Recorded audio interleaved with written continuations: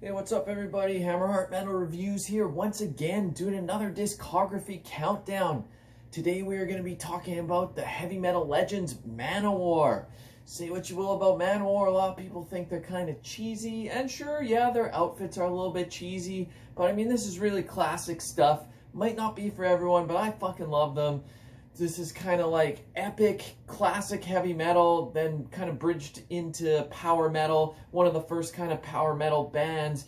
Depending, you may not want to classify them as power metal. I consider them kind of more just like classic heavy metal. Maybe their later stuff was pushing more in the power metal direction.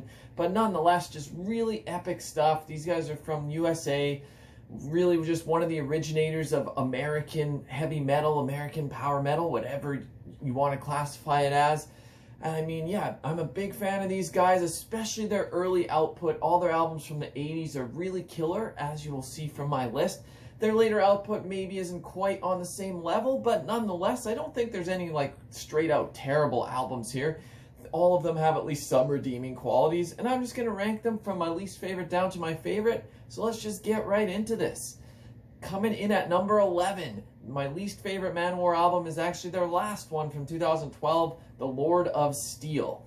This one is still decent, just like I said, it's not on par with the classics, but it is still catchy. You can sing along to like all the choruses on every song, even after only listening to it like once or twice. It's just not as standout as some of their other material. The title track is pretty good. El Gringo is catchy, but all in all, this was an easy choice for me to rank it last. Moving right along into number 10 from 1996 is the album Louder Than Hell. This one, kind of same thing. The riffing is maybe not as memorable as some of the classics. Some of the songs are a little bit repetitive. I just don't find it as stand out as some of the other albums. But that being said, there are still some great tracks on here. Brothers of Metal is great. Outlaw, The Power, just all in all, like still a great vocal performance. Eric Adams' vocals, one of the best for sure in this genre of metal. And this album's no exception. He really hits those high notes really awesomely. But yeah, this one, another easy one for me, coming in at number 10. Up next at number 9 from 2007 is the album Gods of War. This is like a very long, epic concept album all around like Viking lore and like all the Viking gods and all the stuff like that.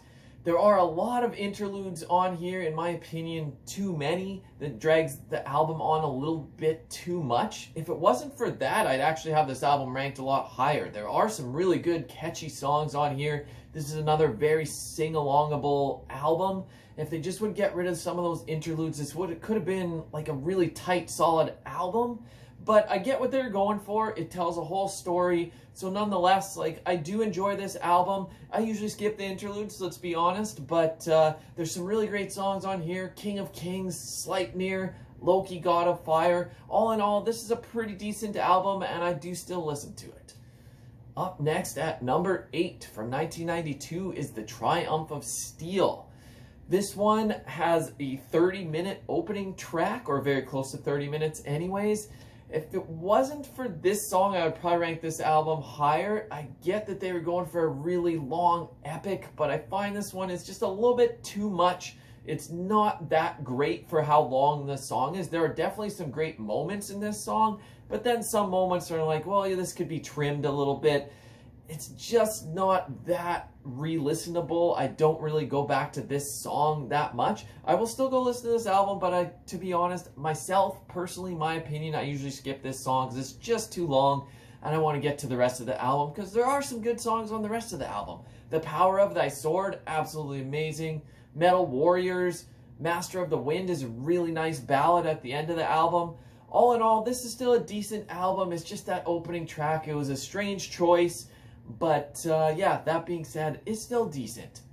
Moving this right along into number 7 from 2002 is Warriors of the World. For their more recent output from like the 90s and 2000s, this is my favorite of the later era of the band. This is just a really catchy album. Maybe it's not the most complex, but you can sing along to all the songs. They really stick in your head. It's just a really good, like, solid power metal album. Call to Arms, Warriors of the World United, Hand of Doom, House of Death. A lot of pretty solid songs on here, and that's why I have it in at number 7. Now into the top 6. This is where it gets really fucking good. These albums were all released in the 80s. So let's just see where I've got each one from here on out. Like, these are all albums that I go back and listen to a lot more than the first 5 albums that I mentioned. So coming in at number 6 from 1987 is Fighting the World. This one has got definitely like a more commercial feel to it, at least at the front end of the album, almost kind of going for like some radio metal, but it works. I really like the songs on here. Holy War is a really classic song, and easily my favorite song on the album, one of my favorite Manowar songs, is the closer Black Wind, Fire and Steel. Like, that is just a template for power metal. It kind of seemed like it was a precursor to a lot of the European power metal that came along, just with the drum beat, and kind of just set the stage for a lot of metal that was to come. People kind of copied what Manowar was doing, but that song is just a fucking classic. Whether you like Manowar or not, go listen to Black Wind, Fire and Steel and you'll see what I mean. Just so catchy, so goddamn good. And that's why that album's coming in at number 6. Let's move it right along. In at number 5, I've actually got the debut from 1982, Battle Hymns. This one is a little bit more raw. It's unpolished compared to some of their later stuff, but there's a great energy, a great vibe to this. The vocals are absolutely amazing. I do find this album to be a little bit back heavy. It doesn't start as strong as it finishes, but it's not to take away from the early songs. They're still decent, but the last few songs on here fucking kill. Manowar, the like anthem for the band, absolutely great. Dark Avenger is a nice like dark heavy song. And of course the epic, probably my favorite Manowar song, is Battle Hymn.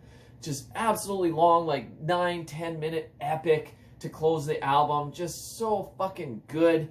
Like, gotta go listen to that song, especially for a debut. Just absolutely amazing. And that's why it's in at number 5.